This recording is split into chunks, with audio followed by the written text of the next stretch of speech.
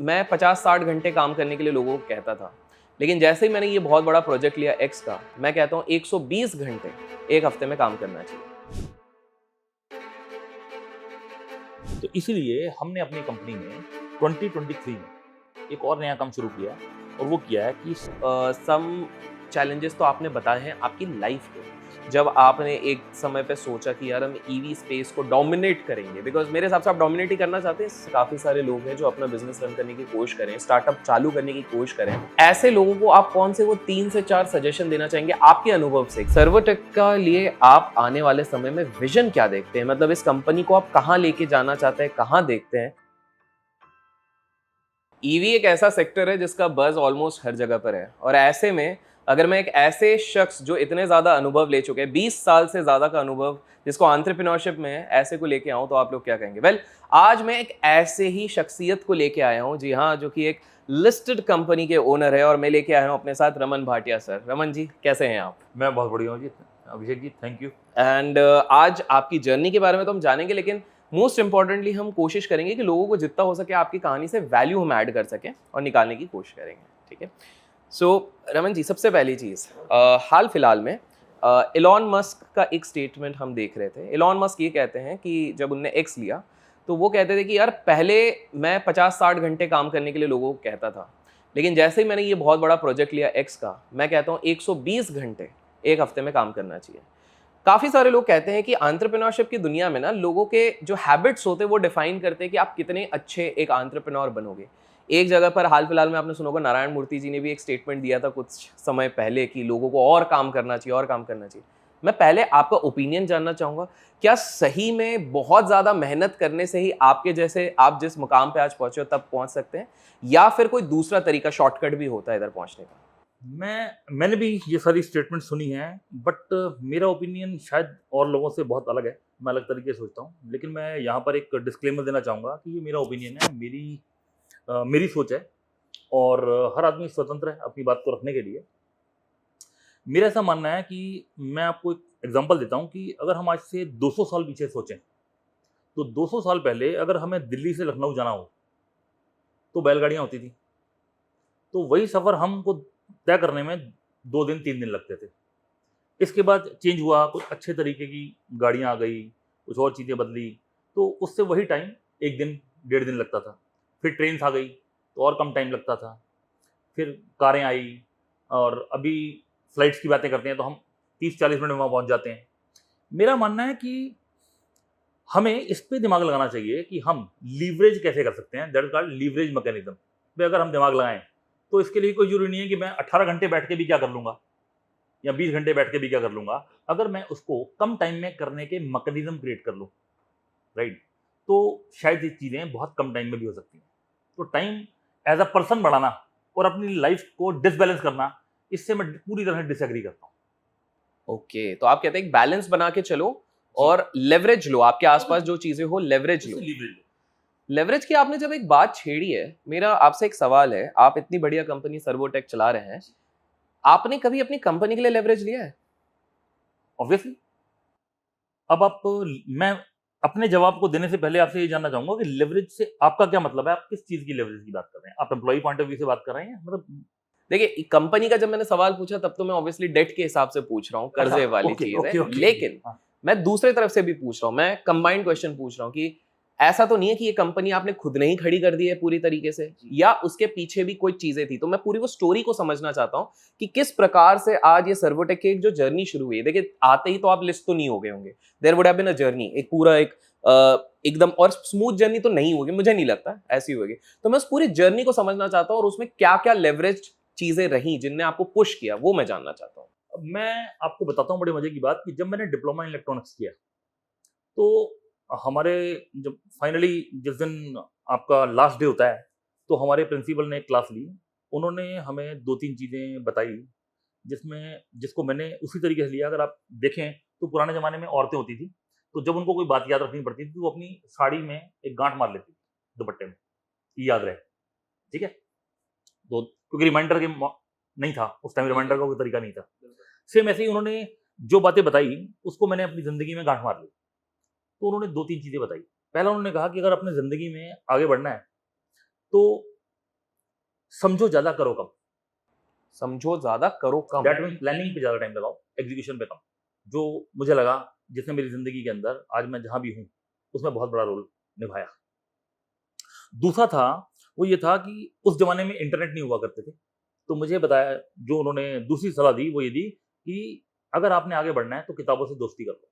यानी कि जो गुरु लोग होते हैं, वो मतलबी हो सकते हैं। जो आपको सिखा रहा है वो मतलबी हो सकता है, उसका कोई मतलब हो सकता है, किताबों का कोई मतलब नहीं है। तो आप किताबों से दोस्ती कर लो। उसके बाद उसकी जगह इंटरनेट ने ले ली, फिर ई-बुक्स ने ले ली, फिर यूट्यूब ने ले ली, चीज़ें बदलती गई। लेकिन मैं आज भी उनके साथ जुड़ा हुआ हूँ और आज भी मैं एवरेजली 30 मिनट से 45 मिनट एवरीडे पढ़ता हूँ, रोज़। तीसरी जो बात थी, जिसमें आपकी लीवरेज की बात आ जाती है, वो ये था कि आप कुछ भी सीख लो, कुछ भी पढ़ लो, कुछ भी कर लो।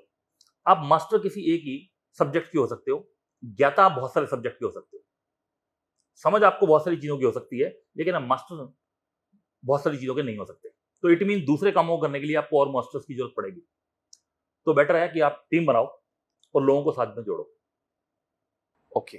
तो अगर आप टीम बनाओगे तो लीवरेज होती है ना, आपके टाइम की लीवरेज हो रही है। मैं अकेला काम मैक्सिमम कितना कर लूँगा? 8 घंटे, 10 घंटे, 12 घंटे, 18 घंटे, 24 घंटे। इसके बियॉन्ड तो जा नहीं सकता। लेकिन वहाँ पे भी मैं 2 दिन, 4 दिन, 5 दिन में गिर जाऊँगा अल्टीमेटली, क्योंकि बॉडी को भी रिकवरी करनी है। इसकी बजाय वो 24 घंटे की बजाय मैं 8 घंटे काम करूँ, लेकिन अपने जैसे लोगों को ढूँढ के मैं उनके 8-8 घंटे और डाल दूँ सिस्टम में, तो मेरे तो 24 घंटे हो गए ना। तो ये जो एलन मस्क है या कोई भी है, ये एक स्टेटमेंट हो सकती है, क्योंकि आज उनके पास इतनी बड़ी टीम है, इतने लोग हैं, वो उन सबको मोटिवेट करने के लिए हो सकता है उनकी कोई स्टेटमेंट्स हो। मैं उस पे कोई ज़्यादा नहीं कमेंट करना चाहता। बट मेरा मानना है कि लाइफ बैलेंस नहीं होगी, तो आप आगे नहीं बढ़ सकते। ठीक है, मेरा ना इधर ही लाइफ बैलेंस वाली चीज़ से एक सवाल मेरे दिमाग में आ रहा है, बिकॉज़ आपने ये जर्नी बताई है। तो हम बहुत सारे वेस्ट के जब ये बड़े-बड़े एंटरप्रेन्योर्स की बात करते हैं, तो यूजुअली देखा गया है कि इनके जो घर की स्थिति होती है, घर के मतलब मैं परिवार की स्थिति कह रहा हूँ, उनकी वाइफ्स हो गए, मतलब आपने अक्सर सुना होगा, चाहे हम जेफ बेज़ोस की बात कर लें, एलन मस्क की बात कर लें, डाइवोर्स हो रहे हैं, बार-बार शादियाँ हो रही हैं, जो भी हो रहा है, मतलब दैट इज़ क्लियरली स्टेटिंग कि वो बिज़नेस में तो बहुत अच्छे जा रहे हैं। लेकिन जब उनकी वाइफ की बात आती है, जब उनके बच्चों की बात आती है, तो वो वहाँ पर मेरे टर्म्स में, ऑब्वियसली हम दोनों अपने ओपिनियन दे रहे हैं, मेरे टर्म्स में वो फेल्ड है उस एरिया में। मैं जानना चाहूँगा if you are open to this thing, क्योंकि मैं चाहता हूँ कि हमारी ऑडियंस को कैंडिड और जो एक रियल, बिकॉज़ उनके पास एक्सेस नहीं रहता है करेक्ट, कि हम करेक्ट, कंपनी करेक्ट। के एमडी से बात कर सकें, तो मेरे पास है, तो मैं इस चीज़ का लेना चाहता हूँ। आपका जो ये पूरा जर्नी रहा है, इसमें आपके वाइफ, आपकी फैमिली का क्या कुछ योगदान रहा है? और if at all you want to share some incident, किस प्रकार से रहा है? Would love to know that. 2 बहुत बड़े इंसिडेंट हुए हैं जो बहुत पर्सनल हैं, लेकिन आपने जब इस बात को छेड़ा तो मुझे वो 2 इंसिडेंट याद आ गए। मैं आपसे शेयर करता हूँ। पहला इंसिडेंट है 1999 का। हमारी फैक्ट्री में आग लग गई। हमारे फादर साहब हमारे साथ होते थे, उनकी एक शॉप होती थी, उसमें भी आग लग गई। सब कुछ जल गया। फादर साहब को पैरालिसिस का अटैक हुआ। He was in hospital. तो छोटा ब्रदर जो था, वो अपने काम देख रहा था। तो प्रॉब्लम ये हो गई कि मुझे जिन लोगों से हमने पैसा लेना था, वो अपना पैसा भीख की तरह माँगने से नहीं मिल रहा था, क्योंकि आप बर्बाद हो गए हो। सबको लगता है कि इस टाइम पे क्या करना है, दे के। और जिनके हमने देने थे, वो सारे आगे खड़े हो गए कि हमारा पैसा दो। तो माँगने वाले खड़े हैं, जिनसे आपने लेना है वो मिल नहीं रहा। तो ये सिचुएशन थी। अब मैं अकेला था, तो मुझे नहीं समझ आया मैं कहाँ से शुरू करूँ। 4 महीने तक मुझे कंपोज़ की गोलियाँ खा के भी नींद नहीं आई आती थी। समझ नहीं आता था मैं शुरू कहाँ से करूँ। मतलब जस्ट लाइक अगर आप देखें तो पुराने जब टाइम में ना एक विंडो 95 आया करता था, जी। बहुत टाइम जी, पहले। जी, जी। तो उसमें क्या होता था, वो RAM check, CD ROM check, ये सब होता था। और उस टाइम पे अगर कोई भी दिक्कत आती थी, वो बार-बार रीस्टार्ट हो जाता था। तो शायद मेरी भी स्थिति वही थी, मैं बार-बार रीस्टार्ट करने की कोशिश कर रहा था, बट मैं कहीं पहुँच नहीं रहा था। तो लास्ट में मुझे ये समझ में आया कि यार, वाइफ़ ने कहा कि मैं कुछ कंट्रीब्यूट कर सकती हूँ क्या? तो मैंने कहा तू आ जा। तो शी वाज़ अ हाउसवाइफ। वो आई, उसको पूरी इलेक्ट्रॉनिक्स पढ़ाई, उसको सेल्स समझाई, सिखाई। अच्छी बात ये है कि जो मैंने सिखाया उससे ज़्यादा उसने सीखा। मैंने शायद कम सिखाया होगा, उसने सीखने की ललक में कोई कमी नहीं थी। और वो उसने बहुत मेहनत की मेरे साथ।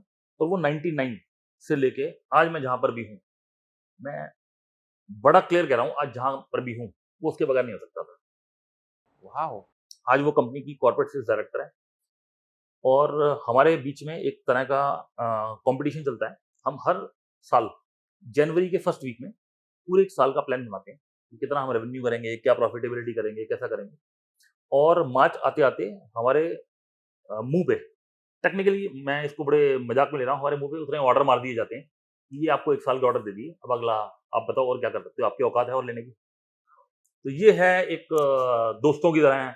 लड़ाइयाँ हमारी बहुत होती हैं, जब हमारी लड़ाई होती है तो लोग कहते हैं कि यार इनकी तो लड़ाई हो रही है, इस तरीके से तो इनके तलाक हो जाएँगे।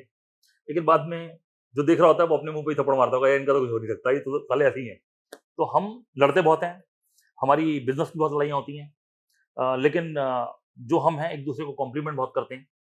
एंड आज जितनी भी रेवेन्यूज़ हैं, जो भी सेल्स टीम्स हैं, सब वही देखती है and she is taking care everything. That is the one example और वो आज बहुत बड़ा पिलर है मेरे लिए।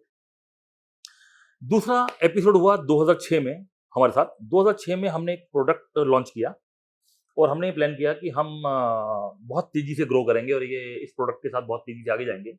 बट अनफॉर्च्यूनेटली वो डिसीज़न मेरा गलत हो गया। तो जब वो डिसीज़न गलत हुआ तो हमें करोड़ों का लॉस हुआ 2006 में। तो जब वो लॉसेस हुए तो मुझे नहीं पता आप भी कितना एस्ट्रोलॉजी को मानते हो, लेकिन एस्ट्रोलॉजिकल कुछ रीज़न निकल के आया जिसमें हमारे सामने ये बात रखी गई। अच्छा उस टाइम मेरे ब्रदर ने मुझे जॉइन किया। तो हमें किसी एस्ट्रोलॉजर ने बोला कि रमन जी आपको जो लॉसेस हो रहे हैं ये आपके ब्रदर की वज़ह से हो रहे हैं। आपके ब्रदर ने क्योंकि आपको जॉइन किया है, इसकी वज़ह से हो रहा है। तो बेटर है अगर आप उसकी हेल्प करना चाहते हो तो उसको आप अलग बिज़नेस करा दो, तो आप शायद बच जाओगे। तो फैमिली ने भी मुझे ये समझाया कि यार अगर ऐसा है तो उसको अलग कर दो। ये लॉसेस को क्यों बियर करना है? वाइफ ने भी कहा, अल्टीमेटली ब्रदर चला गया उस शाम को कि ठीक है मैं चला जाता हूँ, मेरी वज़ह से अगर हो रहा है तो। मुझे सारी रात नींद नहीं आई। मैंने सारी रात बैठ के सोचा कि यार हो सकता है एस्ट्रोलॉजर ठीक हो, उसकी एस्ट्रोलॉजी में कोई गलती नहीं है, he will be correct. But कल को ये कह सकता है कि अरे ये तुझे अगले लॉसेस तो बीवी की वज़ह से हो रहे हैं, तो उनको छोड़ दो। परसों वो कह सकता है बच्चों की वज़ह से हो रहे हैं और वो हो सकता है ठीक हो, तो क्या मैं सब कुछ छोड़ता चला जाऊँगा? तो मैंने कहा नहीं छोड़ेंगे। तो मैंने अपने भाई को फ़ोन किया, मैंने कहा अगर ये लॉसेस भी हैं तो मिलके भुगतेंगे, देखते हैं क्या होगा। आपके सगे भाई थे? मेरे सगे भाई थे। तो उसको वापस लाया, तो मैंने कहा अगर नुकसान है तो मिलके भुगतेंगे, प्रॉफ़िट्स हैं तो मिलके करेंगे। और अगर टाइम मैंने ये सुना है कि एक जैसा नहीं रहता, तो ये भी नहीं रहेगा, निकल जाएँगे इससे। तो वो भी मेरा एक पिलर है, आज वो भी मेरे साथ है और मैं जहाँ कह दूँ, जैसे कह दूँ, वो उस तरीके से मेरे साथ खड़ा है। तो ये बैलेंस है जीवन का और मेरा ऐसा मानना है कि शायद भगवान देख रहा है और बहुत कुछ उसने दिया है और शायद इतनी मजबूत लोग मेरे साथ जुड़े हैं, ये तो मेरी फैमिली हो गई। अब मैं अगर फैमिली से बाहर जाऊँ, तो ऐसे एम्प्लॉइज़ हैं, जब 2006 में लॉसेस हुए, तो ये हमारे पास 145 एम्प्लॉइज़ थे, 145 तो उनमें से लगभग 139 एम्प्लॉइज़ हमें निकालने पड़े और सबको ये कहना पड़ा, हाथ जोड़ के कि हमारे पास पैसे नहीं है आपको सैलरी देने के लिए, तो रिक्वेस्ट है आप देख लीजिए अगर कहीं आपको नौकरी मिल जाती है तो। बट लास्ट में 3 या 4 लोग बचे, जिसमें ये लग रहा था कि अगर इनको भी निकाल दिया, तो कल को मैं दोबारा काम कैसे शुरू करूँगा? तो ये तो मुझे चाहिए। तो वो कुछ लोग थे, जिनको मैं नहीं निकाल पाया, मैं नहीं निकालना चाहता था। तो उनको मैंने बोला कि यार मैं चाहता तो नहीं आप जाओ, लेकिन मेरे पास पैसे नहीं है, आपको सैलरी देने के, मैं क्या करूँ?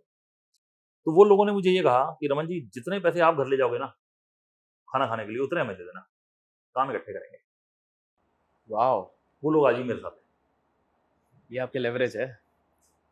क्या बात है। आपने जब ये पूरी दास्ताँ बताई ना, तो मैं एक चीज़ ऑब्ज़र्व कर रहा था। सोचिए एक एस्ट्रोलॉजर ने बोला, आपने भाई को पहले करा। टेक्निकली आपको डर लगा होगा कहीं न कहीं कि मैं किस प्रकार से, बट फिर भी आपने वो लीप ऑफ फेथ लिया, वापस बुलाया भाई को कि देखा जाएगा, लॉस साथ में। आज के समय में रमन जी क्या हो रहा है कि छोटी-छोटी चीज़ों को लेकर 16-17 साल के बच्चे, आपने सुना होगा इंसिडेंट, कोटा जा रहे हैं, मार्क्स नहीं आ रहे हैं, वो लोग सुसाइड कर दे रहे हैं। फिर उसके बाद बड़े लोगों में बात करें, शादी अच्छे से चले नहीं, परेशान है, 2 साल में सुसाइड कर ले रहे हैं। बहुत बड़ा नुकसान हो गया है, चाहे वो बिज़नेस में हो, स्टॉक मार्केट में हो, गोल्ड में हो, कहीं पर भी हो, नुकसान हो गया तो सुसाइड कर लिया। मैं सच-सच आपसे जानना चाहता हूँ, क्या कभी आपने 2 सवाल है मेरे इधर ही, ताकि आप फ्री फ्लो में बताएँ। क्या आपने अपने लाइफ में कभी इस तरह के सेटबैक्स रेगुलर बेसिस में देखे हैं? मतलब नुकसान जहाँ पर बड़े हुए हैं? और दूसरा, क्या आपके दिमाग में भी कभी ऐसा सोच आया है? अगर आया है, स्वाभाविक सी बात है, आज आप हमारे सामने बैठे हैं तो आपने वो अटेम्प्ट शायद नहीं किया होगा, जब आया होगा। किस चीज़ ने आपको रोक के रखा जिसके चक्कर में आज रमन रमन भाटिया यहाँ पर बैठे हुए हैं? अगर हम सेटबैक्स की और लॉसेस की बात करें, तो मेरा ऐसा मानना है कि जो मैं अक्सर कहता हूँ और शायद आज मैं ज़्यादा मजबूती से कहता हूँ कि कोई भी हार, हार तभी होती है जब हम हार मान लेते हैं और जब तक हम हारते नहीं हैं तब तक हार हार नहीं होती।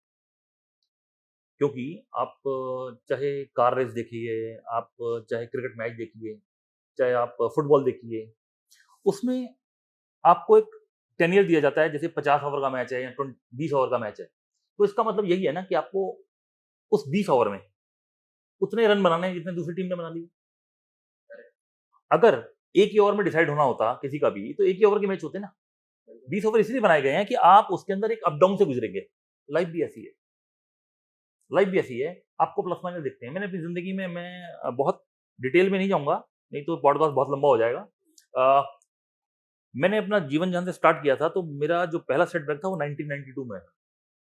लेकिन यस, वहाँ पर वो जो लॉस था उस टाइम का मेरी ज़िंदगी का सबसे बड़ा लॉस था। मैंने क्या किया था उसकी बात बाद में करूँगा, मैं पहले ये आपको एक गिनती बताता हूँ।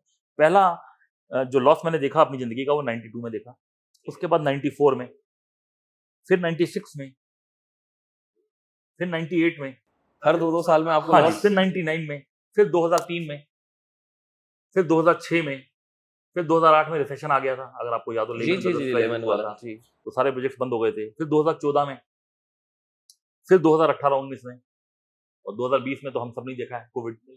तो ये एक जर्नी रही है। लेकिन सबके अंदर जब 1992 की बात करते हैं तो वो लॉस शायद सुन के लोगों को हंसी आएगी। मेरा 19,000 रुपए का लॉस था, सिर्फ 19,000 रुपए का आज की फिगर के हिसाब से, लेकिन उस जमाने में वो 19,000 रुपए बहुत सारे थे। और मैं सुसाइड करने निकल पड़ा कि ट्रेन के सामने आके मैं जान दे दूंगा।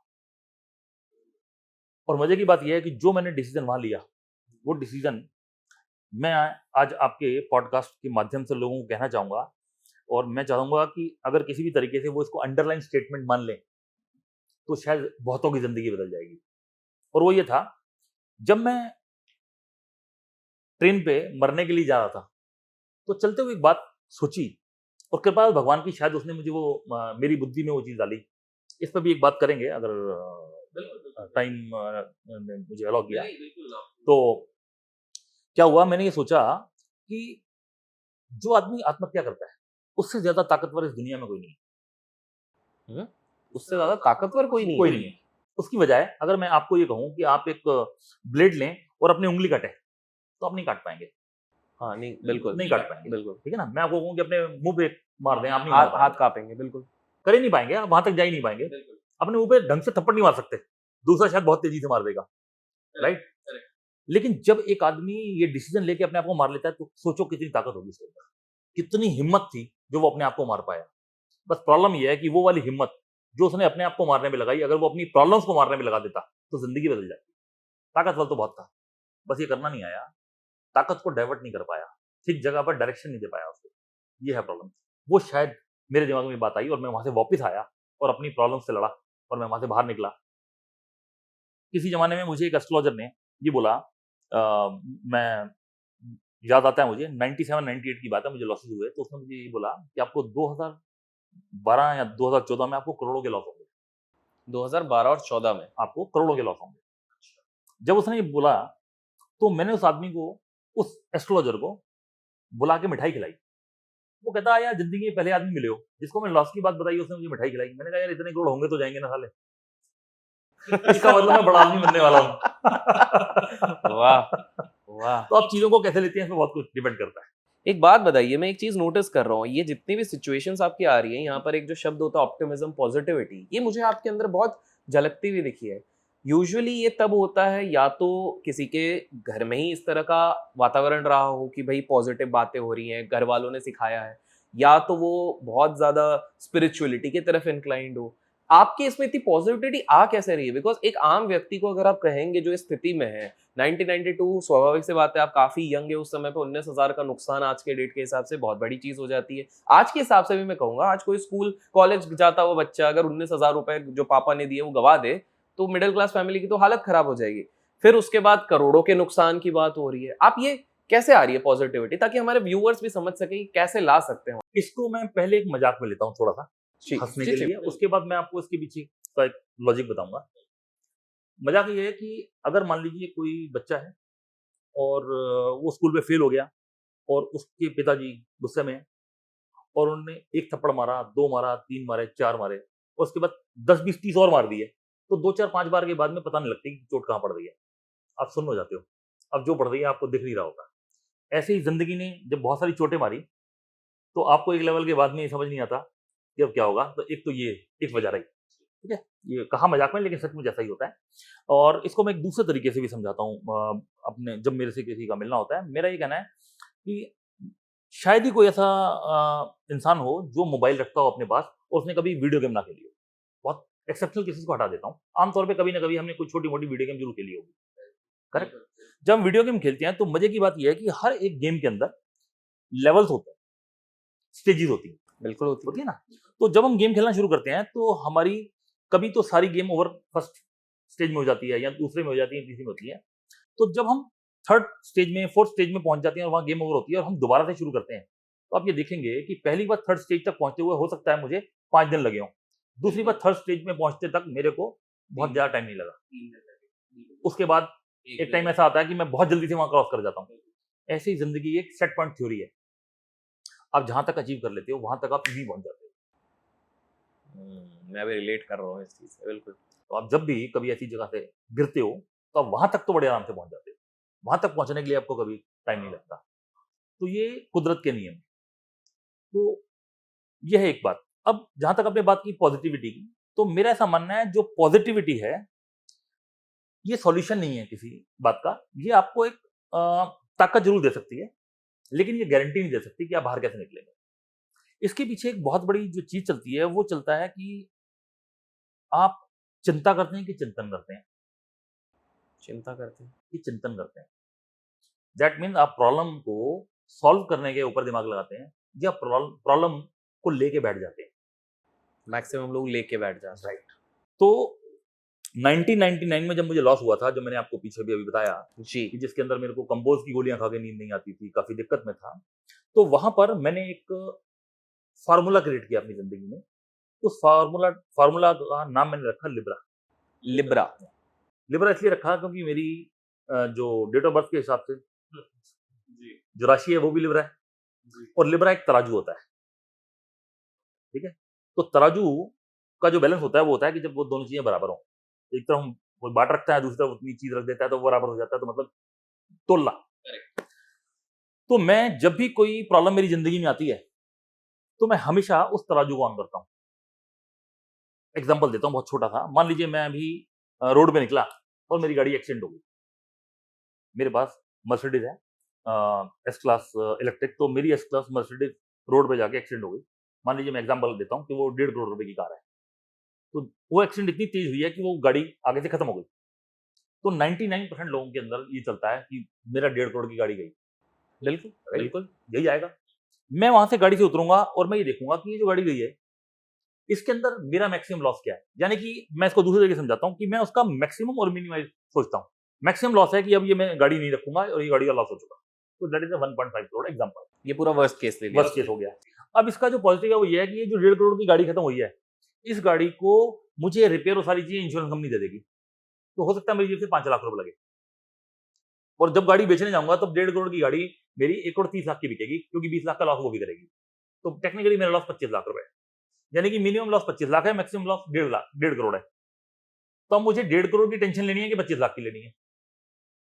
तो नजर आया कि 25 लाख तक मैं इसको ला सकता हूँ, तो मिनिमाइज करके इसको 25 लाख पे ला सकता हूँ।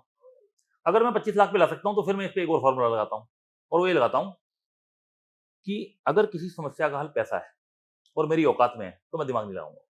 पैसे से उस चीज अगर वो सॉल्व हो सकती है तो ये 25 लाख अगर मैं बियर कर सकता हूँ तो मैं कर लूंगा, इसमें दिमाग क्यों लगा रहा हूँ। मैं दूसरी गाड़ी लूंगा या कैब लूंगा और निकल जाऊंगा। तो क्या आप ये कह रहे हैं कि अगर आज के समय पे 21वीं सदी पे कलयुग में किसी के पास पैसे हैं तो वो 99% प्रॉब्लम से। नहीं, मैंने आपको जो बोला उसमें एक दूसरा जवाब और है। अगर किसी समस्या का हल पैसा है, हर समस्या पैसे से हल नहीं होती। इमोशंस पैसे से नहीं होती, रिलेशनशिप पैसे से नहीं बनती, फैमिली पैसे से नहीं चलती। हाँ, कुछ चीजें हैं जो पैसे से चलाई जा सकती हैं, लेकिन आप रिलेशन पैसे से नहीं बना सकते। मैं एक और एग्जांपल शेयर करता हूँ जी। आपको। आ, मेरी और मेरे फादर साहब का रिलेशनशिप कभी बहुत बढ़िया नहीं था। ठीक है, मैं अगर कहता था दिन है तो वो कहते थे रात है। मैं कहता था कि अगर ये काम ठीक है तो वो कहते थे गलत है। मतलब हम दोनों कभी एक जगह नहीं थे, एक प्लेटफॉर्म पे नहीं थे, और ऐसा लगातार रहा। 2007 में हमारी एक लड़ाई हुई, मेरी और मेरे फादर की। उस लड़ाई में हमारे फादर साहब ने कहा कि मैं ना सारी लड़ाई खत्म करते हैं, मैं आज ये डिक्लेयर करता हूँ कि मेरी कोई औलाद ही नहीं है। ओह, मैं लिख के दे देता हूँ न्यूज़पेपर में कि मेरी औलाद नहीं है। तो मैंने कहा जी कि आप क्या लिख के दोगे? मैं लिख के देता हूँ कि मेरे फादर ही नहीं है। मैं आपको खत्म करता हूँ, निपटाता हूँ। तो ये लेवल की लड़ाई। अब ये लड़ाई हुई तो मैं वहाँ से निकल गया। अब जब निकला तो वही जो मैंने 92 की आपसे एक एग्ज़ाम्पल शेयर किया, वही एग्ज़ाम्पल वापस मैंने कहा यार, मैं जो अपनी ताकत है, वो अपने और अपने फादर साहब की बीच की लड़ाई को खत्म करने में क्यों नहीं लगाता? क्योंकि उस दिन में मैं निकल पड़ा था कि मैं अपने आप को खत्म कर दूँगा आज, गाड़ी लेके निकल पड़ा था। तो मैंने गाड़ी वापस यू टर्न मोड़ी और मैंने कहा ये इस प्रॉब्लम को खत्म करते हैं। वापस आया, अपने फादर साहब का हाथ पकड़ा, ऑफ़िस के अंदर ले गया, अंदर से मैंने केबिन को लॉक किया और बिठा दिया। मैंने कहा देखो आपने डिसाइड कर लिया कि आज के बाद आपकी औलाद नहीं है? कहते जी बिल्कुल। मैंने कहा मैंने भी डिसाइड कर लिया आज के बाद मेरे फादर नहीं है। जब हमने डिसाइड ही कर लिया है, तो ये रिलेशनशिप मर गई? कहते बिल्कुल मर गई। तो मैंने कहा एक घटिया दोस्तों की तरह आमने-सामने बैठो और पेपर में लिखो आपकी प्रॉब्लम क्या है और मैं भी लिखता हूँ मेरी प्रॉब्लम क्या है। और इसके बाद पेपर एक्सचेंज करेंगे और 1 हफ्ते तक देखेंगे हम प्रॉब्लम सॉल्व कर सकते हैं क्या। तो we have exchange the papers. तो उन्होंने जितनी प्रॉब्लम्स लिखी उन सब की प्रॉब्लम्स का एक ही जवाब था। मतलब एक ही जो जिसको कह सकते हो आप कंक्लूजन था, वो ये था कि मुझे लगता है तू मेरी इज़्ज़त नहीं करता। और मेरी सारी प्रॉब्लम्स का जब एक पेपर पे जब एनालाइज़ किया गया तो उसका एक ही था कि आपको मेरे हर काम में टाँग अड़ाने की बीमारी है। ये बीमारी थी। जी, जी, जी। तो ये पेपर एक्सचेंज हुआ। वो दिन है और आज का दिन है। दुनिया हमारी रिलेशनशिप से जलती है। इतना स्ट्रॉन्ग बॉन्ड हो चुका जी। है आपका। तो इसको हम ऐसा कह सकते हैं कि कभी-कभार केवल एक क्लियर कट कम्युनिकेशन अगर रिश्तों के बीच में किया जाए, कभी-कभार नहीं, हमेशा ही। आम तौर पे जितनी भी रिलेशनशिप मैंने अपनी ज़िंदगी में खराब होते देखे हैं, उनका मूल जड़ एक ही थी कि वो एक-दूसरे से बात ही नहीं की उन्होंने। अपनी प्रॉब्लम शेयर ही नहीं की। एज़्यूम कर लेते हैं। मुझे लगता है वो ऐसा सोचता होगा। मेरा मानना है वो गलत होगा। मैं जानता हूँ वो गलत होगा। ये मैं जानता हूँ, मैंने क्या पूछा, क्या बताया, क्या उसको बोला मुझे तेरे से ये प्रॉब्लम है? ये बात ही नहीं होती। तो आज हमारी कंपनी में ये कल्चर है, हमें कुछ भी करना होता है, कुछ भी, हम वो टेबल पे लाते हैं एम्प्लॉइज़ के और हम उसमें वोटिंग कराते हैं। कुछ भी हो, कोई भी चेंज छोटा-सा कुछ भी चेंज हो। ओके। अगर हमें एक अपने वॉशरूम के अंदर भी कोई चेंजेस करने हैं और उसमें हमें ये मानना है कि ये लेडी कैसे लेगी और जेंट्स कैसे लेंगे तो उसकी वोटिंग होगी। मैं I am not a part, but वो एक सिस्टम क्रिएट हो गया। कंपनी की आपने बात करी और जब आप बात कर रहे थे मर्सिडीज़ ईवी वाली, तो मेरे दिमाग में सवाल एक ये उठ रहा था कि आप लोग भी ईवी के सेक्टर में ही काम करते हैं। ईवी स्पेस बहुत ज़्यादा आपको क्लटर्ड नहीं लगता? ऐसा नहीं लगता इधर कॉम्पिटिशन काफ़ी ज़्यादा बढ़ चुका है, बहुत एक्सट्रीम कॉम्पिटिशन है? कैसे आपको लगता है कि आपकी कंपनी जो सर्वोटेक की अगर मैं बात करता हूँ, ये किस प्रकार से स कट थ्रू कॉम्पिटिशन में सर्वाइव कर पाएगी? मैं आपसे ये जानना चाहता हूँ कि कौन-सा ऐसा बिज़नेस है या कौन-सी ऐसी चीज़ है जो दुनिया में बहुत तेज़ी से अडॉप्ट हुई हो और उसमें कॉम्पिटिशन ना हो? ऐसा तो कोई नहीं है। तो इसका बड़ा बढ़िया-सा एक एग्ज़ाम्पल देता हूँ आपको। 2003 में जब मुझे लॉस हुआ था, जब मैं दिक्कत में आया, तो प्रॉब्लम इतनी बड़ी थी कि हमें ये लगा कि अब हम ज़िंदा नहीं रह पाएँगे, एज़ अ कंपनी। तो मैंने अपनी वाइफ़ को कहा कि ये कंपनी जैसी भी है, इसको जितना चला लेगी उससे घर के खर्चे वो चली जाएँगे, तो उतना काम तो तू कर, मैं नौकरी ढूँढ लेता हूँ। और मैं नौकरी ढूँढने निकल पड़ा। और मैं अब नौकरी ढूँढने निकले तो अपनी फ़ील्ड में ढूँढेंगे। तो उस टाइम पे उस फ़ील्ड की एक बहुत बड़ी कंपनी थी। मैं उस कंपनी में गया और मैंने एक इंटरव्यू दिया और इंटरव्यू दिया तो मैं सेलेक्ट हो गया और मुझे पूछा गया कब से जॉइन करेंगे? तो शाम के 6 बज चुके थे। तो मैंने कहा जी कल सुबह से मैं आ जाऊँगा। डन। तो मैंने उनसे एक सवाल पूछा जो मेरी प्रॉब्लम थी जिसकी वजह से मैं आया था। वो मैंने उनसे पूछा, मैंने कहा सर एक बात बताओ, अ, प्रॉब्लम ये है कि कुछ एक बहुत बड़ी कंपनी थी, उस कंपनी ने मार्केट में प्रोडक्ट का प्राइस इतना ज़्यादा स्लैश कर दिया था, एमआरपी प्राइस, इतना ज़्यादा स्लैश कर दिया था कि उस प्राइस पे लोकल मैन्युफैक्चरर की मैन्युफैक्चरिंग कॉस्ट भी नहीं थी प्रोडक्ट की, ओह! ओह! ठीक है। राइट? तो मैंने कहा ये वाली प्रॉब्लम तो आपके साथ भी आने वाली है। आप भी कैसे करोगे प्राइस को और मार्केट कैसे बनाओगे? भाई प्राइस तो मेरे लिए नहीं कम हुआ ना, पूरी इंडस्ट्री के लिए पूरी गिरा है, इंडस्ट्री के लिए कम हो कम गया, हुआ। बिल्कुल। तो उन्होंने एक जवाब दिया, जिस जवाब ने मेरी ज़िंदगी बदल दी। उन्होंने कहा कि रमन, इस दुनिया में ना कुछ रूल है, तो एक यूनिवर्सल रूल है और वो ये सच है कि आज तक किसी भी ब्रांड की मोनोपोली नहीं हो पाई पूरी दुनिया में। तो उस टाइम पे कुछ ब्रांड्स थे, जैसे कहीं सिबाका बिकता है तो कहीं बिनाका बिकता है, कहीं पेप्सोडेंट बिकता है तो कहीं कोलगेट बिकता है, कहीं कोक बिकता है तो कहीं पेप्सी बिकता है। तो आपको सिर्फ अपना शेयर बनाना होता है मार्केट में, अपनी जगह बनानी होती है। तो अगर आप अपनी जगह बना लो तो इससे कोई फर्क नहीं पड़ता कि कौन कहाँ है। तो मैंने उनको एक ही बात बोली, मैंने कहा सर थैंक यू, मुझे लगता है मुझे नौकरी नहीं करनी, मेरी प्रॉब्लम सॉल्व हो गई। ये तो आपने बहुत ही सही चीज़ कही। लेकिन मुझे एक चीज़ बताइए, ऑल्दो सम चैलेंजेस तो आपने बताए हैं आपकी लाइफ के। अब मैं आना चाहता हूँ आपकी कंपनी के थोड़े से मेरे को चैलेंजेस जानने हैं। जब इसकी बिल्डिंग अप प्रोसेस चल रही थी, जब आपने एक समय पे सोचा कि यार हम ईवी स्पेस को डोमिनेट करेंगे, बिकॉज़ मेरे हिसाब से आप डोमिनेट ही करना चाहते हैं अपने मोबिलिटी स्पेस में एंड डोमिनेट नहीं करना चाहते, इसको दूसरे तरीके से कहना चाहूंगा, जो मैं बहुत बार बहुत सारे प्लेटफॉर्म्स पे कह चुका हूँ। इसके अच्छे शब्द देना चाहता हूँ, इसको थोड़ा सा एक खूबसूरत शब्द देना चाहता हूँ। जब हम डोमिनेट या कुछ इस तरीके के नेगेटिव थोड़ा नेगेटिव नेगेटिव वर्ड्स की बात करते जी, हैं, जी। तो मुझे एक लगता है कि हम एक दूसरी दिशा में जा रहे हैं। मेरा मानना है कि मैं कंस्ट्रक्टिव पॉइंट ऑफ व्यू से बात करता हूँ हमेशा, मैं डिस्ट्रक्टिव नहीं। बहुत बढ़िया। क्या हुआ 2021 में मेरे साथ एक एपिसोड हुआ छोटा सा, और एपिसोड ये हुआ कि अगर आपको याद हो तो 2021 में दूसरी कोविड की वेव आई थी, जिसके अंदर ऑक्सीजन कंसंट्रेटर की मारामारी हुई। तो मेरे साथ भी क्या हुआ कि मेरा एक दोस्त था, उसके लिए हमें एक कॉन्सेंट्रेटर खरीदना पड़ा, जिसका लगभग कीमत 2 लाख रुपए हमने पे की। तो जो कॉन्सेंट्रेटर लिया, तो मैंने वो कॉन्सेंट्रेटर को खोल के देखा एज अ, क्योंकि टेक्निकल आदमी थे, तो टेक्निकल आदमी को बहुत खुजली होती है सब कुछ देखने की। तो हमने खोल के देखा, तो अंदर से आवाज एक ही आई कि अब अगर कोई आदमी इस कॉन्सेंट्रेटर को यूज करने के बाद भी उसकी डेथ हो गई, तो उसको ये नहीं पता लगेगा कि वो कोविड से गया कि टेक्नोलॉजी से गया, क्योंकि क्वालिटी बहुत घटिया थी। तो हमने अपनी टीम को बुलाया और हमने कहा यार कि हम क्या बढ़िया कॉन्सेंट्रेटर जो 2 लाख रुपए में हमने खरीदा है, हम 20,000 में बना सकते हैं क्या? तो हमने आईआईटी के साथ मिलके वो कॉन्सेंट्रेटर इंडिया में बनाया, और हमने 38 करोड़ रुपए के कॉन्सेंट्रेटर भेज दिए उसी साल? हाँ, और हमने बहुत कम टाइम में वो काम किया। तो जब हमने ये काम किया, तो एक दिशा मिली, और मन में ख्याल आया कि यार क्यों नहीं हम ईवी में जो काम कर रहे हैं, इसके अंदर भी हम कुछ बड़ा काम करें। अब बड़ा काम कैसे? बड़ा काम ये था कि गवर्नमेंट को क्या हम कुछ कंट्रीब्यूट कर सकते हैं क्या?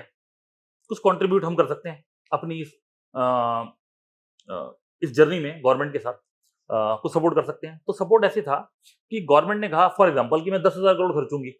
अब 10,000 करोड़ में अगर 1 करोड़ रुपए का एक प्रोडक्ट है, तो 10,000 आएंगे, करेक्ट। और अगर वो 10 लाख रुपए का है, तो 1 लाख आ जाएंगे। नंबर तो डिवाइड बाय द प्राइस है। तो क्या मैं टेक्नोलॉजी को बहुत इजी और इकोनॉमिक कर सकता हूं क्या? तो हमने ये प्लान किया कि हम इसको बहुत सस्ता कर देंगे। तो उसके लिए मैंने सबसे पहले जो भी दुनिया में बेस्ट प्रोडक्ट बिक रहे थे, उनमें से कुछ प्रोडक्ट उठाए और हमने उसको तोड़ दिया। और तोड़ने के बाद हमने कहा कि इसमें मुझे तोल के बता दो कितना कॉपर है, कितना अल्युमिनियम है, कितना प्लास्टिक है, कितना सिलिकॉन है, और मुझे सबकी कीमत बता दो कि वो कॉमोडिटी की कीमत कितनी है। एल्यूमिनियम है 200 रुपए किलो है, कॉपर है 400 रुपए या 600 रुपए किलो है, जो भी प्राइस है, लोहा है 50 रुपए किलो है। तो इसके हिसाब से बताओ कितने रुपए का माल है। तो लोगों ने उस टाइम पे अगर मैं बात करूं तो 60 किलोवाट का चार्जर 14 लाख रुपए का बिकता था जब हम एंटर किए थे। तो हमने जब सब कुछ तोला और सारा कैलकुलेट किया, तो ये नजर में आया कि उसमें रॉ मटेरियल की कॉस्ट तो 2-3 लाख रुपए, 2 लाख रुपए। तो मैंने कहा बाकी क्या है? तो उन्होंने कहा बाकी जो है वो है technology and conversion plus profit, तीन चीजें। तो मैंने कहा टेक्नोलॉजी और कन्वर्जन को सस्ता कर दो। तो प्रॉफिट अपने आप बढ़ना है उधर। प्रॉफिट नहीं बनना, तो प्रॉफिट भी हम उतना ही प्रॉफिट भी लेंगे, उसी हिसाब से, तो हाँ, प्रॉफिट भी ठीक हमें है, कम लेना है। ठीक है। तो प्रोडक्ट की कॉस्ट नीचे आ जाएगी, तो हम कंट्रीब्यूट कर देंगे। ओह, तो वो जो अच्छा। 14 लाख रुपए का पीस है, हम उसको 4 लाख रुपए में ले आए। 14 की चीज 4 4 में, और हमने 4 में ले आए। और हमने उसके पीछे जो दूसरा टारगेट रखा, वो एक और रखा कि इसको इतना सस्ता क्यों कर रहे हैं और हम क्या करना चाहते हैं। तो हमारा टारगेट ये था, एक और एग्जांपल देता हूं आपको। अगर आज कोई भी एंड्रॉयड फोन लेता है, एंड्रॉयड आज 90% मार्केट को डोमिनेट करता है, करेक्ट है। तो अगर कोई भी एंड्रॉयड फोन लेता है, किसी भी कंपनी का ले ले, तो वो बताता है कि मेरी स्क्रीन कितनी बड़ी है, स्क्रीन के पिक्सल कितने हैं, मेरा बैटरी बैकअप कितना है, मेरा रैम कितनी है, मेरा कैमरा कितना मेगापिक्सल, ये सारी बातें बताता है। एप्पल वाला कहता है एप्पल एप्पल ही होता है, वो कुछ नहीं बताता, कोई स्पेसिफिकेशन नहीं होती। ये जो डिफरेंस है ना, हमें ये डिफरेंस क्रिएट करना है कि सर्वोटेक के प्रोडक्ट को लोग बोले कि सर्वोटेक होता है, बट बट इसका जो प्राइस होगा वो चाइना के एफओबी प्राइस के बराबर होगा। यानी कि जितने रुपए में चाइना की फैक्ट्री से वो प्रोडक्ट वहां से निकलेगा, उस प्राइस पे मैं यहाँ बेच दूंगा, ये मेरा टारगेट है। तो जितने रुपए में गवर्नमेंट कंपनी या पीएसयूज 1000 पीस खरीदना चाहते थे, उतने में हमने उनको 2500 पीस दिए। वाह! तो कहीं न कहीं आपका ये था कि मैं अकेले ही क्यों फ़ायदा करूँ, पूरे इकोसिस्टम का भी यस, बेनिफिट मैं करता यस, हूँ।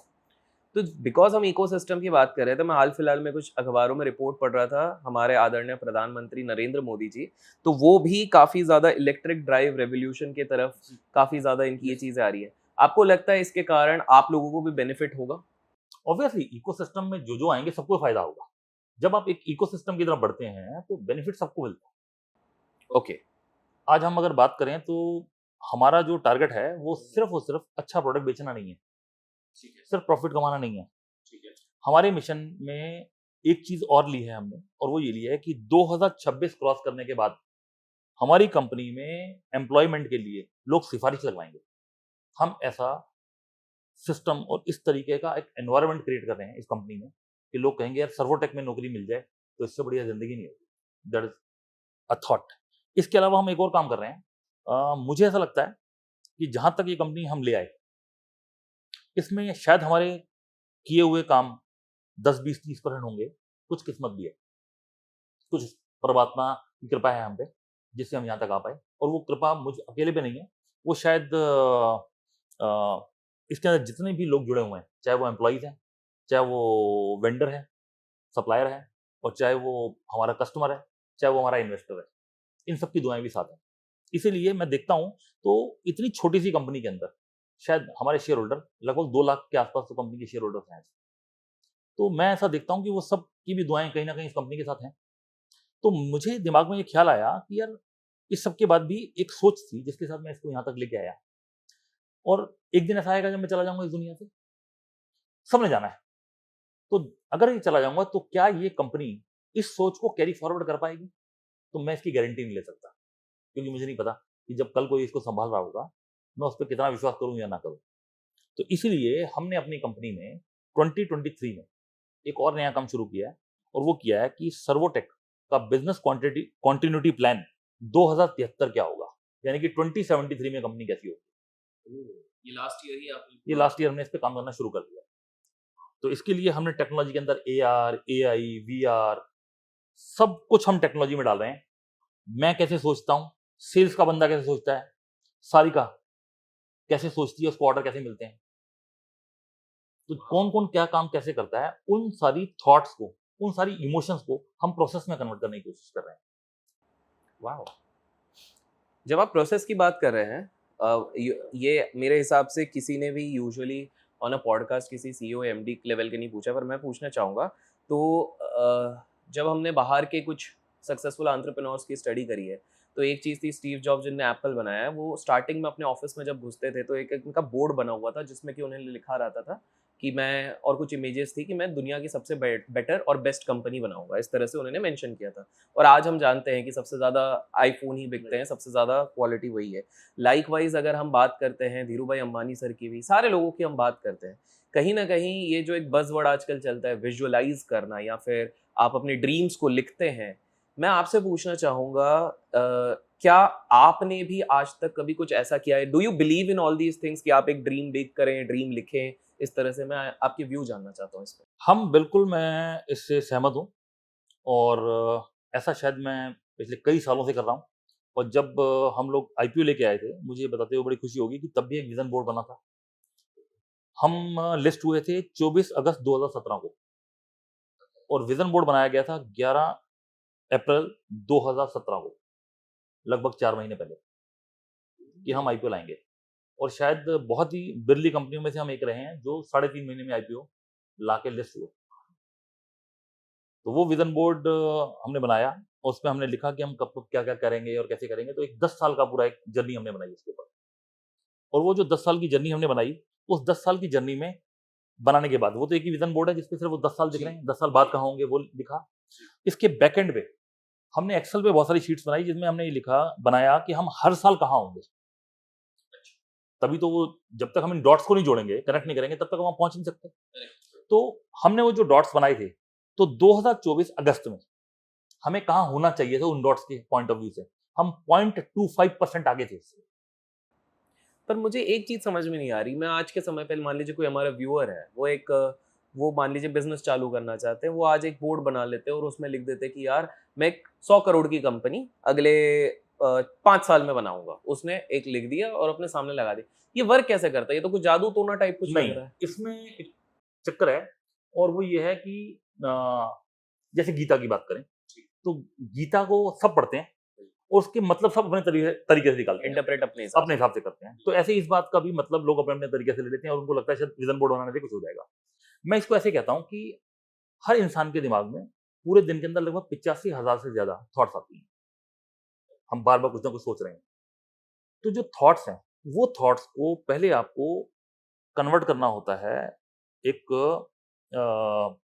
इसका एक सिस्टम है। पहले हमारी एक फील होती है, फील को थॉट में कन्वर्ट करना होता है, थॉट से हमें उसके ऊपर एक्शन लेना होता है, एक्शन से रियलिटी क्रिएट होती है। तो लोग क्या करते हैं, एक्शन मिस कर देते हैं, है। वो सिर्फ थॉट वहीं पर रह जाता है। थॉट को विजन बोर्ड पे ले आते हैं और वो कहते हैं भाई इसकी पूजा करो, रोज धूपबत्ती जलाओ, शायद कुछ हो जाएगा। ऐसा नहीं होता है। ये थॉट या ये विजन बोर्ड बनाने से होता क्या है, ये आपको एक एक्शन प्लान बनाने की इजाजत देता है। आप उस दिशा में सोच पाए, अगर आप उस दिशा में सोच पाएंगे और उसके हिसाब से एक्शन प्लान करेंगे तो आप एक्शन लेंगे। ठीक है ना?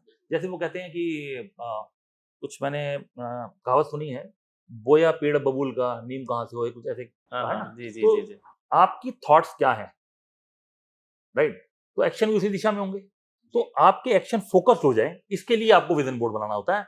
ये नहीं है कि विजन बोर्ड बना लिया और काम हो जाए। करेक्ट। इस पे एक बड़ी मजे की बात है, बहुत छोटी सी। बिल्कुल, बिल्कुल, बिल्कुल। एक बार क्या हुआ, एक राजा था। उस राजा ने कहा यार कि मुझे कोई एक बंदा मिलवाओ जो बहुत अच्छा तीरंदाज हो। बहुत सारे बंदे बुलाए गए लेकिन अच्छा कोई तीरंदाज नहीं मिला। एक दिन राजा किसी जंगल में जा रहा था, उसने देखा यार कि हर पेड़ के ऊपर एक निशाना लगा हुआ है और तीर जो लगा हुआ बिल्कुल निशाने के सेंटर में लगा हुआ है। बड़ा खुश, यार ये तो बहुत बढ़िया है। कहते हैं इसको लेके आओ यार। उसको लाया, करा यार तेरे इतना बढ़िया निशाने वाला कहाँ है? कहता जहाँ जहाँ तीर लगते हैं मैं गोला खींच देता हूँ। तो ये लॉजिक नहीं चलेगा। ओके। तो विजन बोर्ड आपको बनाना है, वाओ! फिर उस दिशा में काम करना है।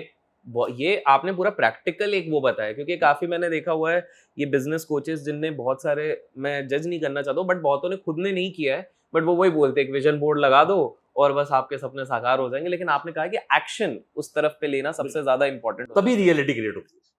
ओके। और आपने जो ये बताया 60 या 70,000 थॉट्स होते हैं, तो जब आप विज़न बोर्ड रखते हो तो आपका शायद फोकस रहता होगा और थॉट्स उस तरफ अलाइन। यस, तो हम अगर इसकी बात करें तो एक 10 साल का विजन बनाया हमने पहले, फिर हमने उसको तोड़ा एक एक साल में, फिर एक एक साल को हम क्वार्टर में तोड़ते हैं, फिर क्वार्टर को हम मंथ में तोड़ते हैं, फिर मंथ को हम वीक में तोड़ते हैं। अच्छा। पूरा उसको Yes. ये मतलब पूरा स्ट्रक्चर्ड प्लान बनाया हुआ है यस, इसमें। स्ट्रक्चर्ड प्लान है। और उसके बाद हम उसको रिव्यू करते हैं।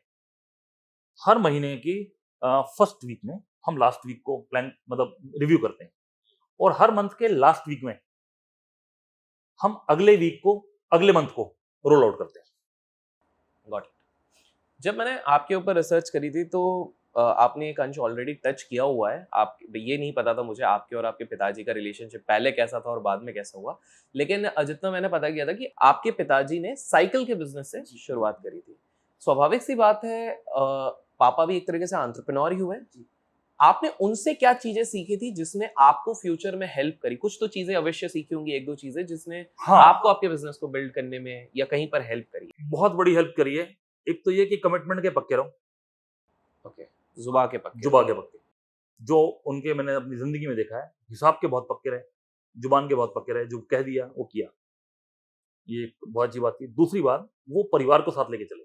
हमें जो आज लगता है, शायद पहले नहीं लगता था, जिसकी वजह से हमारे आपस में विचार नहीं मिले, उसकी बहुत बड़ी वजह ये थी कि अ, पिता कहाँ से देख रहा है, वो बच्चे को समझ में नहीं आता। उसको लगता है कि वो गलत है। इसको कहते हैं रूथलेस कंपैशन। आपने शायद ये सब सुना है कि नहीं सुना? Ruthless compassion. रूथलेस कंपैशन का मतलब होता है कि मैं अगर एक रोड पे जा रहा हूँ ठीक है। और मेरी गाड़ी किसी से लग गई, मेरी गाड़ी किसी से टच हो गई और वो बंदा उतरा, उसने मुझे 2 थप्पड़ मारे, मैंने उसको 2 थप्पड़ मार दिए, तो ये एक लड़ाई है। उसने मुझे पीटा, मैंने उसको पीटा। मैं पेपर में कम नंबर लेके आया और घर आया और मेरे पिताजी ने मुझे पीटा और मुझे कहा साले ढंग से पढ़ ले। ये वो पिटाई नहीं थी जो पिटाई वहां थी। ये पिटाई मेरे भले के लिए थी। वहां बदले की पिटाई थी, ये मेरे भले की पटाई पिटाई थी। It is a ruthless compassion. ये वो कंपैशन है, ये वो प्यार है जिस प्यार को जताया नहीं जा रहा, उसकी पिटाई इसलिए की जा रही है क्योंकि आज अगर जताया गया और साथ दिया गया तो शायद ये वहां नहीं पहुंच पाएगा जहां मैं कुछ चाहता हूं। तो वो जो एक गैप था ना, वो अंडरस्टैंडिंग का गैप मेरी साइड से था, उनकी साइड से नहीं था। तो मैं इस गलती को एक्सेप्ट करता हूँ कि तब तक मैंने नहीं समझा था, और जब समझ लिया तो मैंने आपको बताया भी कि उसमें निकला गया। निकला ये कि उनको लगता था मैं उनकी इज्जत नहीं करता, तो शायद वो मेरे एक्शन ऐसे थे जो वो ऐसा उनको फील करा रहे थे, तो मैंने वो एक्शन चेंज कर लिए। बिल्कुल, बिल्कुल। तो इससे मेरे को एक जनरल आपका भी व्यू जानना है कि आज के समय में काफ़ी सारे लोग हैं जो अपना बिज़नेस रन करने की कोशिश करें, स्टार्टअप चालू करने की कोशिश करें। ऐसे लोगों को आप कौन से वो 3 से 4 सजेशन देना चाहेंगे आपके अनुभव से कि बॉस, अगर तुमको आगे चल के सर्वोटेक जैसी कंपनी या और बड़ी कंपनी या जो भी जिस भी फील्ड में कंपनी बनानी है, तो इसके लिए ये 3-4 चीज़ें आपको बिज़नेस में ध्यान रखनी ही चाहिए, अदरवाइज़ आपके सक्सेस होने के चांसेस बहुत कम हैं। सर मैं इसमें सबसे पहली बात जो करना चाहूंगा, जो मैं देख पा रहा हूँ अभी, ये उसकी वजह से बोल पा रहा हूँ। आजकल ये जो स्टार्टअप का कंसेप्ट आ गया है ना, वैल्यूएशन का और सारी चीज़ों का, इस सब में जो घुस गए हैं ना, और जो ये बर्निंग रेट की बातें होने लग गई हैं, जो इस तरफ चले जाते हैं ना, ये सबसे बड़ा बेवकूफ़ाना कदम है। मेरा ट्रेंड लेकिन आजकल यही चल रहा है। ट्रेंड तो सर यही सर है। देखो, ट्रेंड तो बहुत सारे इस दुनिया में आए हैं, लेकिन आप ये बताओ कि कौन से ट्रेंड लॉन्ग लास्टिंग है? बचता तो वही है जिसने पैसा कमाया। बिल्कुल। इसके अलावा तो जितने मर्ज़ी ट्रेंड करो, अल्टीमेटली तो वो डब्बे में ही जाने वाली है। कोई पहले चला जाता है, कोई बाद में चला जाता है। बस शर्त ये है कि आप कितनी देर तक रह पाओगे बाहर, लेकिन अल्टीमेटली वो बंद होने वाला है। लेकिन अगर आपने कमाया है, अगर आपकी फाइनेंशियल बेस मजबूत है, तो चीज़ें बदल जाती हैं। तो मेरा बेटा जब 12th क्लास की उसने, तो उसने मुझसे आगे पूछा कि पापा मैं क्या करूँ अब आगे? मुझे एडवाइस करो। मैंने अपने बच्चों को कभी भी फ़ोर्स नहीं किया कि तुम्हें ये करना है या ये नहीं करना। तो मेरे बेटे ने मुझसे पूछा कि मुझे क्या करना चाहिए? तो मैंने कहा देख तू कुछ भी कर ले, लेकिन एग्जाम्पल तू कहता है मैं एमबीए करूंगा, तो एमबीए करेगा तो एमबीए फाइनेंस में कर लेगा, एमबीए मार्केटिंग में कर लेगा, या एमबीए एचआर में कर लेगा। तो उस फील्ड का तो मास्टर हो जाएगा। तो कहेगा मैं बीटेक कर लेता हूँ, तो बीटेक में जो टेक्नोलॉजी में चला जाएगा, सिविल्स में चला जाएगा, मैकेनिकल चला जाएगा, इलेक्ट्रॉनिक में चला जाएगा। किसी एक ही चीज को समझ सकता है, सबको नहीं। तो इसलिए मैं तो तेरे को सिर्फ 3 ही सलाह दूंगा, जो मैं यहाँ पर भी देना चाहता हूँ। वो 3 सलाहें उसको जो मैंने दी, वो ये दी कि पहली सलाह तो तेरे को ये है कि तू किसी भी एक ही फील्ड का मास्टर हो सकता है, सभी का नहीं। तो अगर तेरे को बड़ा बनना है, तो तेरे को लोगों को अपना बनाना सीख और टीम बनाना सीख। That is very very important. That is number 1। तो इससे पहले कि मैं आपको सेकंड पॉइंट बोलने का वो दूँ, रमन जी मुझे एक चीज़ बताइए, आपने एक जैसे आपने बेटे को सजेशन दिया कि स्किल तो आप कोई ना कोई एक चीज़ में स्पेशलाइज़ कर दोगे, बट लोगों के साथ रिलेशनशिप आप बना के रखो। मैं आपसे पूछना चाहूँगा, देखिए ज्ञान देना काफ़ी आसान होता है, मतलब हमारे घर वाले भी दुनिया भर के ज्ञान देते हैं, बट बहुत सारे वो खुद पे फॉलो ही नहीं करते। आप अपने लाइफ में कितना महत्वपूर्ण समझते हैं कि बिज़नेस में या in general in life, Raman ji के लाइफ में रिलेशनशिप्स ने एक बहुत इंपॉर्टेंट रोल प्ले किया, और क्या आप किसी प्रकार से कुछ कहानी या कोई चीज़ बता सकते हैं जिससे हमें ये पता लगे कि आप रिलेशनशिप्स को कितना महत्व देते हैं? सर मेरे रिलेशनशिप को महत्व देने में एक बड़ी मजे की बात है। अक्सर मैं एक अलग तरीके की प्रॉब्लम देखता हूँ अपने जीवन में, और वो ऐसे ही देखता हूँ, मतलब ये प्रॉब्लम नहीं कहूँगा मैं इसको, लेकिन होती भी है। क्या होता है, बहुत बार कोई भी व्यक्ति आपको जब कोई अचानक फ़ोन करता है, जो अक्सर नहीं मिलता आपसे, या आपके पास आ जाता है, तो 90% लोग ये मानते हैं कि कोई काम से आया होगा। तो मैं अगर किसी को भी कॉल करता हूँ, बिना किसी काम के, और या उसे मिलने पहुँच जाता हूँ, तो मुझे इस तरीके का एम्बैरेसमेंट कई बार देखनी पड़ती थी कि वो बंदा अंदर से यही सोच रहा होता था, पता नहीं किस काम से आया है, कहीं पैसे तो नहीं माँग लेगा, या कहीं इसको कोई काम तो नहीं है। जब हम काफ़ी एक लेवल डाउन थे, आज की बात नहीं है, आज तो चलो बहुत कुछ बदल गया भगवान की कृपा से।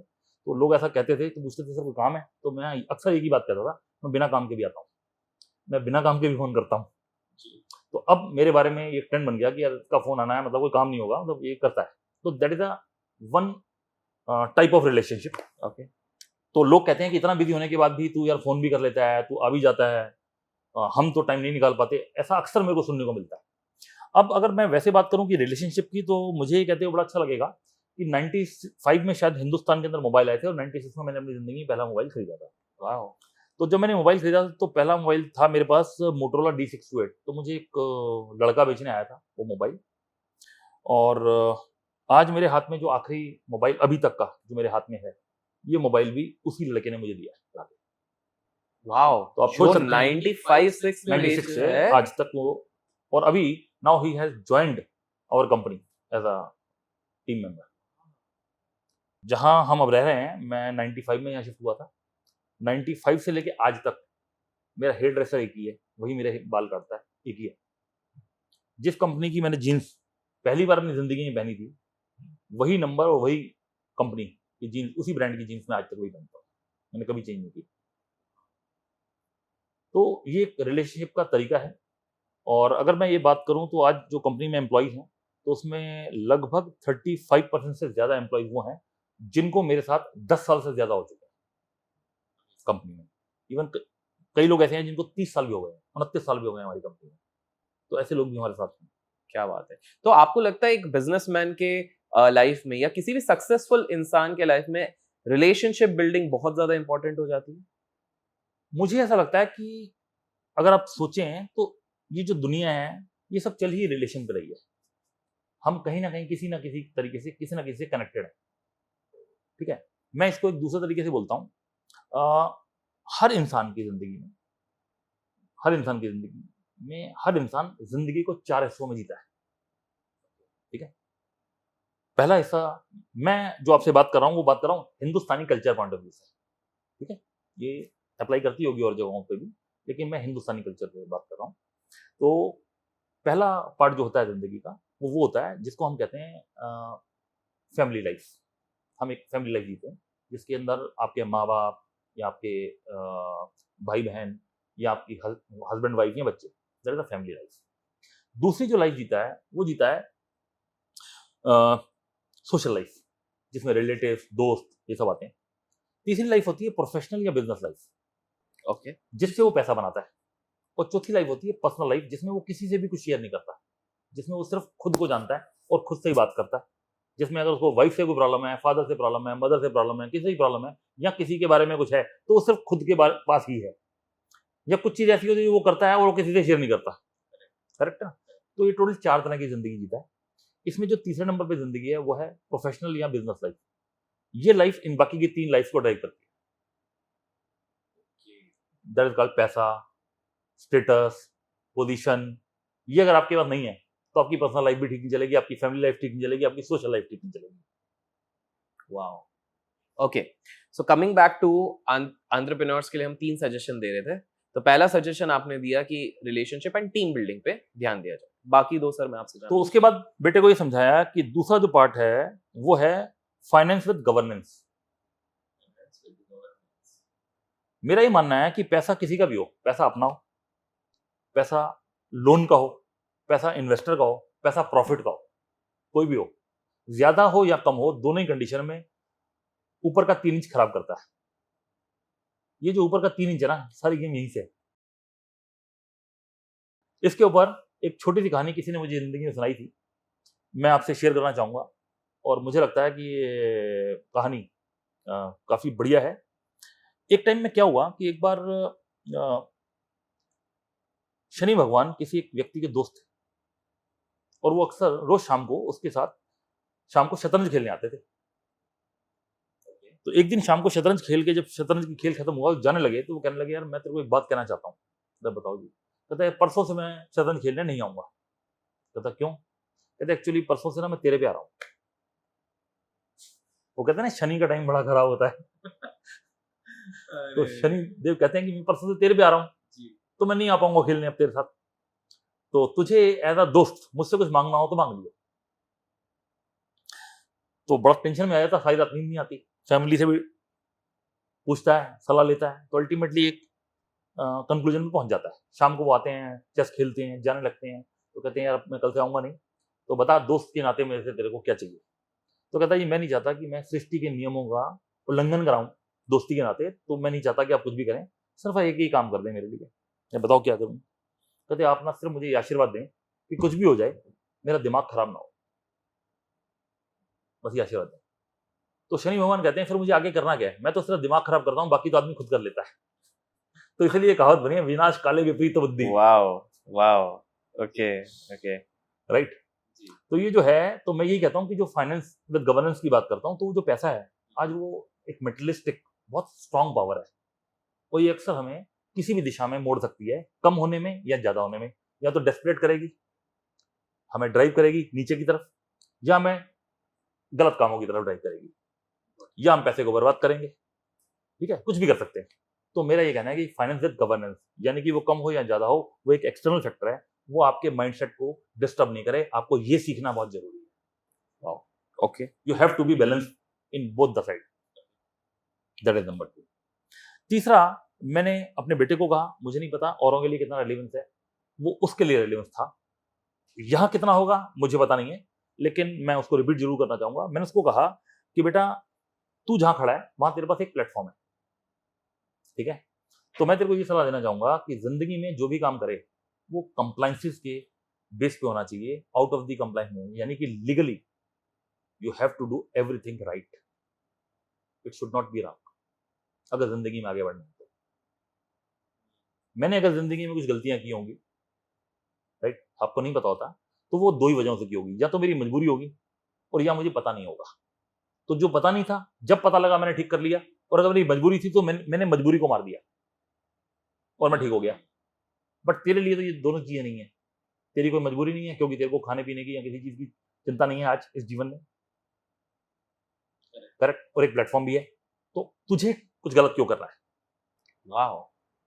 तो यू हैव टू डू और एवरीथिंग। ये इधर भी अप्लाई होता है रमन जी। नहीं, कई लोग कह सकते हैं कि मैं तो यहाँ नहीं खड़ा, तुम्हें क्या पता मेरे जीवन में क्या चल रहा है।